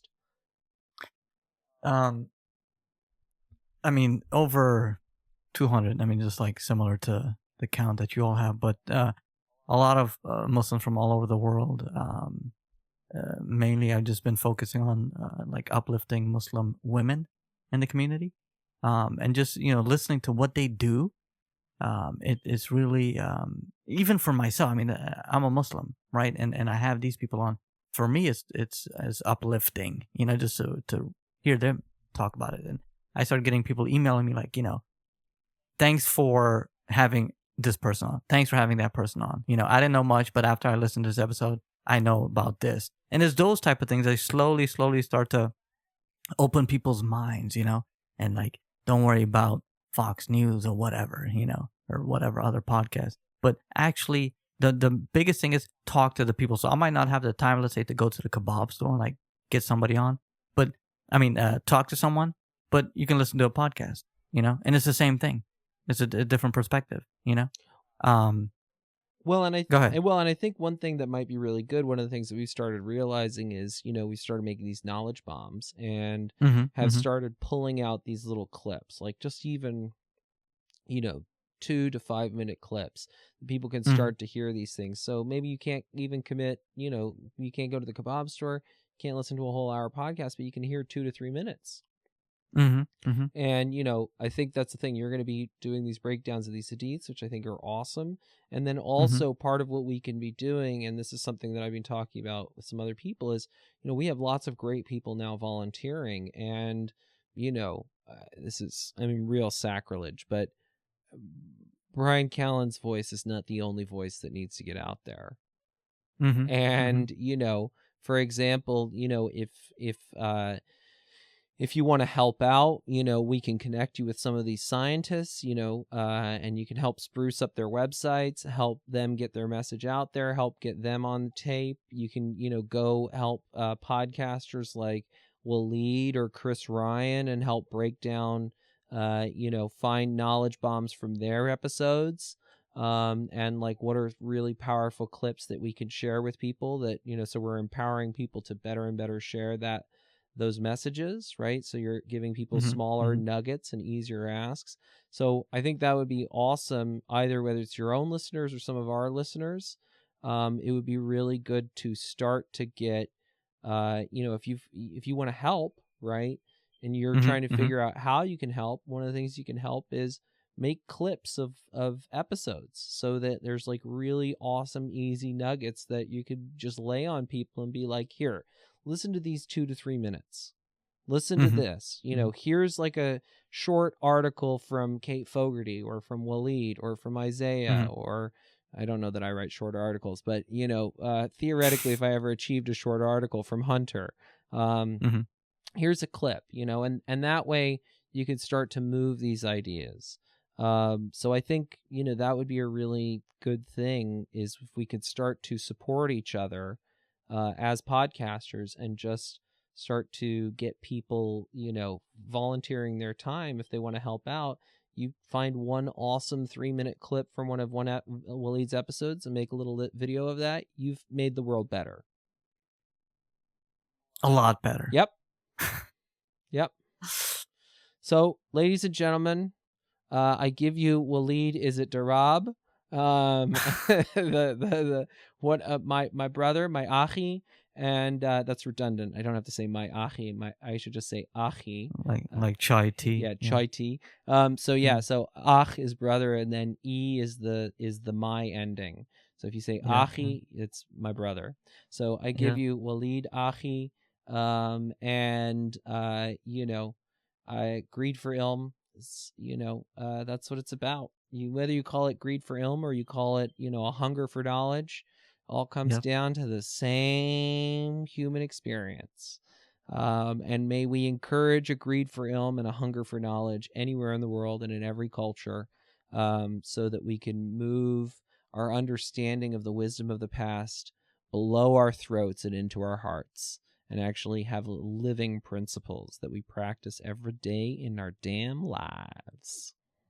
Everyone poops. Everyone poops. Seriously, but I mean, I think that's the thing. If we just sort of got everyone saying everyone poops and operating from that place, then we would stop being in awe and we could just start being like, okay, like I know that you're trying to create this image online, but like I know you poop. I may not have seen it, but I'm going to take it on faith that you poop, and I'm not going to be intimidated by you. And like, I'm going to ask you really basic questions, because that's so much of what tutoring is about, is asking people really basic questions, because kids bullshit. Like they try to pretend like they know things that they don't know. Of course. Because they're trying to sound smart. And then you're like, okay, let's make you really specific. And that's, that's the other thing with Brentwood Boy is that I'm just like, oh, I recognize what you're trying to do here. You're trying to sound smart. You are like pontificating and you're putting on a certain voice and you're using highfalutin language. And I don't think you know what you're talking about, dude. I really don't. And I think that if we like really went in there and we're like, okay, let's get really specific. What's this relevant biology? What are the things that I don't understand? Like, let's break these concepts down. What do you actually have beef about? Oh, you're just trying to distract with some smoke and mirrors and some hand waving. Okay. Then, you would come to find some pretty basic problems with this understanding. Like, I don't think he understands Descartes' error. But that's that. And, the great thing is that none of this will be decided by me or by Brentwood Boy. It will be decided by the wisdom of crowds. Absolutely. So, power to the people. Let's move these ideas. And I'm excited to learn some Hadith, the sayings of the Prophet. Awesome, and I can't wait. Again, thank you for having me on. Oh, listen, Walid, it's the least we could do. I know enough about reciprocal altruism from science or just from spending time in the Arab world. You've had all of us in your house so many times. It's the least we could do to have you in our house. Thank you, man. Okay. I'll talk to you guys soon. You can always, I'm remarkably available. You can always tweet at me at Hunter Maats. You can find me in the Mixed Mental Arts Facebook group. You'll also find me on the subreddit. And, comments, questions, concerns, suggestions, feedback. We love it because we know that mistakes are just an opportunity to improve. We're always excited to put the white belt back on. And we don't view critics as critics. We view them as our team of rivals. They're telling us how to get better. And so we're always looking to get better. And maybe one day we'll be reasonably okay at these things. And hopefully our sound quality has gotten tolerable. Except Bryan. Bryan doesn't need to improve because he doesn't. No, he does poop. Oh, damn it. Like, I guess we're just going to have to keep pulling back the curtain on ourselves and everybody else. All right. Thanks so much, guys. Happy whatever day this is for you, and I'll talk to you soon.